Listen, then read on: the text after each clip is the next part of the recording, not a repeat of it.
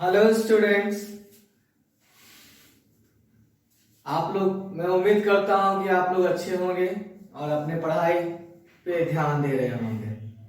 बच्चों, हम लोग अपने पिछले क्लास में नंबर सिस्टम के बारे में डिस्कस कर रहे थे, जिसमें हम लोगों ने रैशनलाइजेशन के प्रोसेस को प्रोसीड किया था। तो आज हम लोग उससे थोड़ा आगे चलेंगे बेटा, ठीक है। तो उस रैशनलाइजेशन से प्रोसेस से हमें एक क्वेश्चन अगर सपोज किया दिया गया हो, आज हम लोग 3 टाइप के क्वेश्चंस पे डिस्कशंस करेंगे। वो टाइप्स हम लोग देखते हैं। सबसे पहला क्वेश्चन देखते हैं बेटा, जिसमें हमको एक वैल्यू कहता है फाइंड करने के लिए। क्वेश्चन आपका है बेटा 6/3√2 minus 2√3 equal to a√2 plus b√3। ये क्वेश्चन है बेटा, और आपको बोला कि find the value of a and b। a और b का वैल्यू निकालना है हम लोगों को। तो इसको देखने से पहले बेटा एक जान लो, एक साइन होता है आपका। ये साइन है बेटा, इस तरह का साइन है। इस साइन को कहते हैं बेटा if and only if. If and only if मतलब केवल और केवल यदि। केवल और केवल यदि मतलब ये बेटा एक तरह से कह सकते हैं एक कंडीशन शो करता है, ठीक है। कुछ क्वेश्चंस ऐसे होते हैं जिसको हम लोग कंडीशनली बनाते हैं, तो वो कंडीशन बेटा हम लोग इसमें अप्लाई करेंगे, और इसमें यही साइन अप्लाई होता है बेटा इफ एंड ओनली इफ का, ठीक है। तो हम लोग यहां पे देखते हैं बेटा, आगे प्रोसेस करते हैं इसको। सबसे पहले फर्स्ट ऑफ ऑल हम लोगों ने जाना है कि रैशनल नंबर या किसी भी जब हम लोग रैशनलाइज करते हैं कि सबसे पहले ये जानना है कि डिनोमिनेटर में रूट्स का वैल्यू रूट्स में फॉर्म नहीं रहता है, ठीक है। सब फर्स्ट ऑफ ऑल यहाँ पे आप लोग को डिनोमिनेटर इसमें रूट दिख रहा है, तो इसके लिए हम लोग क्या करेंगे, इसको रैशनलाइज, ओके। तो हम लोग बेटा इसको अगर रैशनलाइज करते हैं तो ये हो जाएगा 6/3√2 माइनस 2√3 ब्रैकेट, दो टर्म तो ब्रैकेट यूज करेंगे। 3√2 माइनस का साइन हो गया बेटा प्लस, और ये 2√3 बाय 3√2 प्लस 2√3 इक्वल में जो है बेटा वो as usual a√2 plus b√3, okay. अब बेटा मल्टीप्लाई करो तो 6 3 18, साथ में है √2 प्लस 6 2 12√3 बाय, ये देखो बेटा a minus B a plus B, यानी a² माइनस b²। तो हम लोग इसको लिख सकते हैं 3√2 का स्क्वायर माइनस 2√3 का स्क्वायर इक्वल टू बेटा जो है एज यूजुअल उतरते चला जाएगा। अब बेटा यहाँ देखो 3√2 का स्क्वायर, तो 3√2 का स्क्वायर का मतलब क्या होगा बेटा कि 3√2 को 3√2 से मल्टीप्लाई करेंगे तो 3 3 9, √2 × √2 2, तो 9 2 18, यानी इसको हम लोग बेटा क्या लिख सकते हैं 18√2 प्लस 12√3, ये आया बेटा 18। इसी तरह इसको मैं ओरली कर लेता हूं, तो 2 2 4, 4 3 12 equal to a√2 plus b√3। यहां पे बेटा ऊपर में 6 कॉमन ले लो, तो 6 के टेबल में 3 टाइम्स 3√2 प्लस 2√3 बाय 18 में से 12 माइनस होगा बेटा, तो आ जाएगा आपका 6 equal to a√2 plus b√3।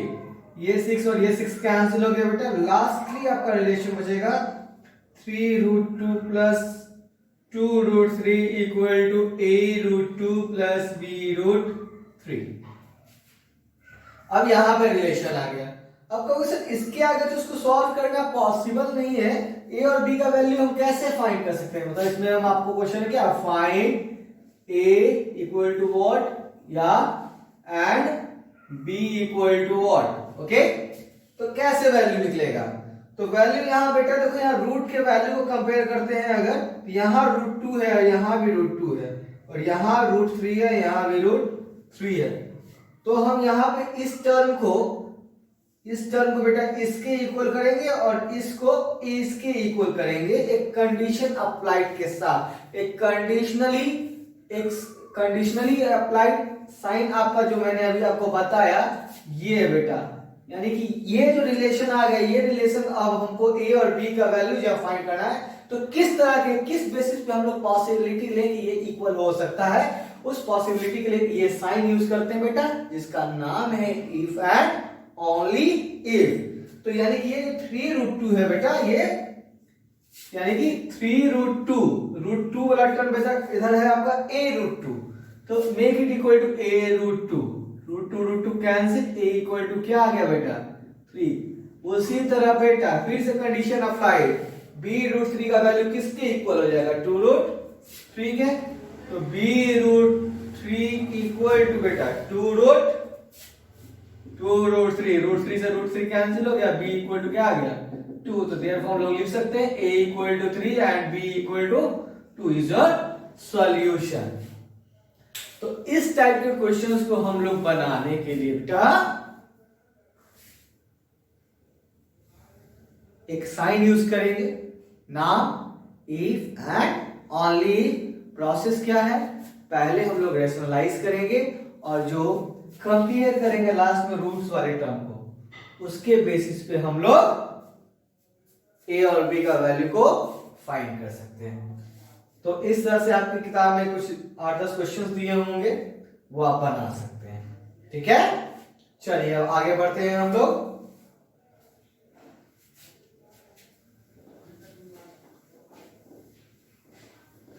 I hope कि आपको ये सारे टॉपिक सब समझ में आ गए होंगे और आप अपने टेक्स्ट बुक के कुछ क्वेश्चंस को, मैं उम्मीद करता हूं, मैं एक्सपेक्ट करता हूं कि आप लोग जरूर बनाइएगा। तो इसी के साथ अब हम लोग अपने नेक्स्ट टाइप के क्वेश्चन में चलते हैं, जिसमें हम लोग रिकरिंग डेसिमल को सिंपलेस्ट फॉर्म में या फ्रैक्शन के फॉर्म में, रैशनल नंबर के फॉर्म में कन्वर्ट करना सीखेंगे। किसमें बेटा, we will learn to convert the recurring decimal in fractional form or the simplest form in a rational number form कह सकते हैं हम लोग। तो जैसे बेटा मान लो क्वेश्चन है आपका 0.9 के ऊपर रेकरिंग दे दिया and you have to convert it in the simplest form, है ना, क्या होगा?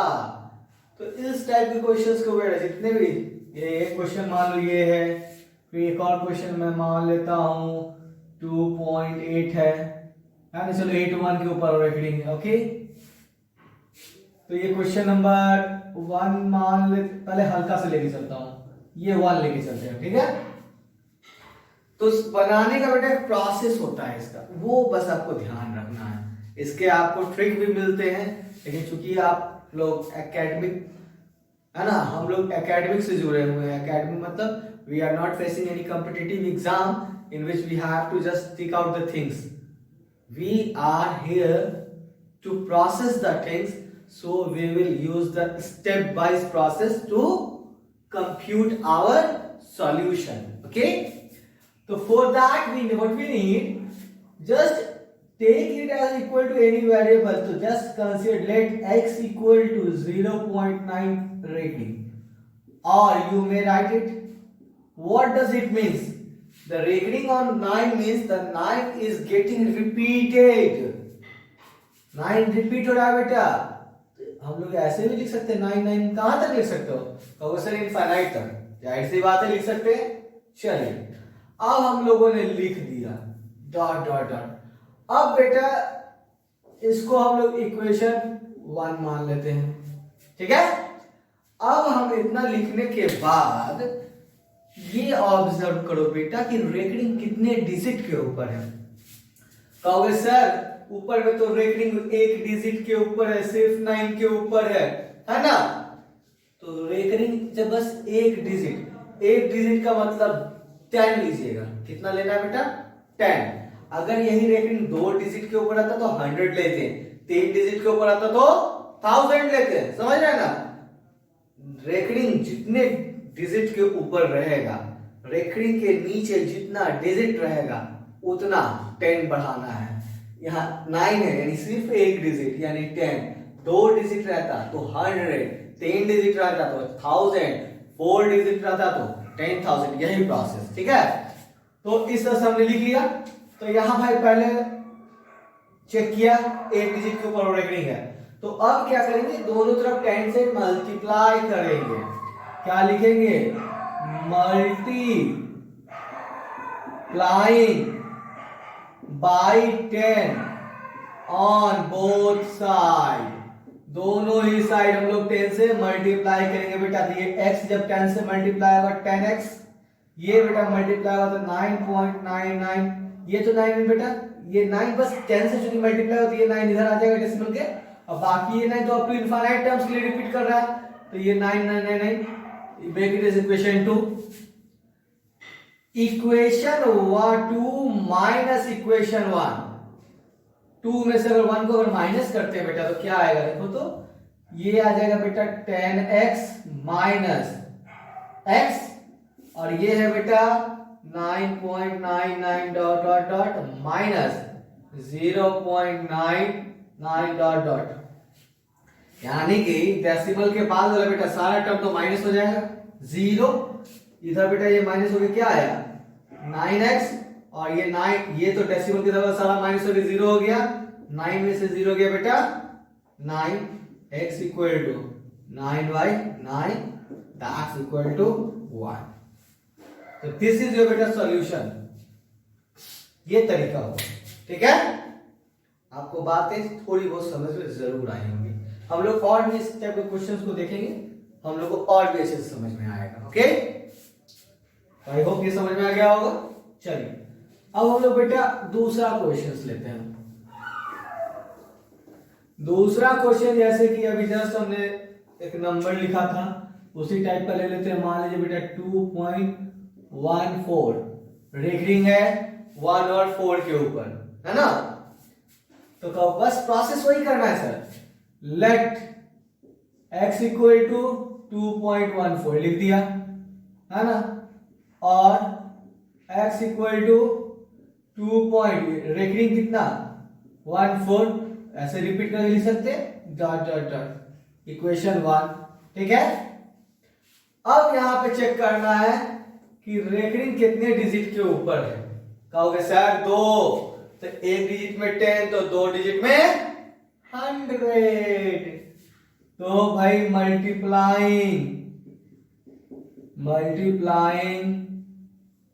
ऑन बोथ साइड बाई 100, तो ये हो जाएगा बेटा 100 इंटू एक्स 100x। अब बेटा 100, तो 100 यानी ये हुआ 100, तो कितना 0? 1 0 2 0, तो डेसिमल के बाद के 2 डिजिट को डेसिमल के राइट साइड में रिप्लेस कर दो। तो यहां तो बेटा राइट साइड में पहले से 2 है, 1 और 4 डेसिमल के उधर 2 0 है ना, तो 2 टर्म, तो 1 और 4 इधर आ जाएगा और इधर हो जाएगा 1 4 1 4 अप टू इनफाइनाइट टर्म। ये इक्वेशन हो गया बेटा 2। फिर से 2 minus equation 2 minus equation 1, minus करेंगे बेटा तो होगा क्या? 100x माइनस ये वाला x बेटा, ये हो जाएगा 214 1414 माइनस 2.1414 अप टू इनफाइनाइट। तो ये बेटा देखो डेसिमल के बाद वाला जो ये टर्म है बेटा इनफाइनाइट तक का, ये टर्म और ये टर्म तो घट के पूरा 0, डेसिमल के बाद वाला 0 हो जाएगा।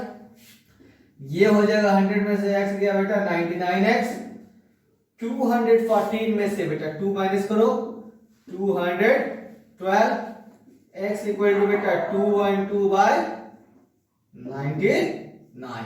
ये आपका सॉल्यूशन तैयार हो गया, है ना? कहीं कोई दिक्कत? चलिए आगे बढ़ते हैं हम लोग। इसी टाइप के एक और क्वेश्चन को देखते हैं, ठीक है।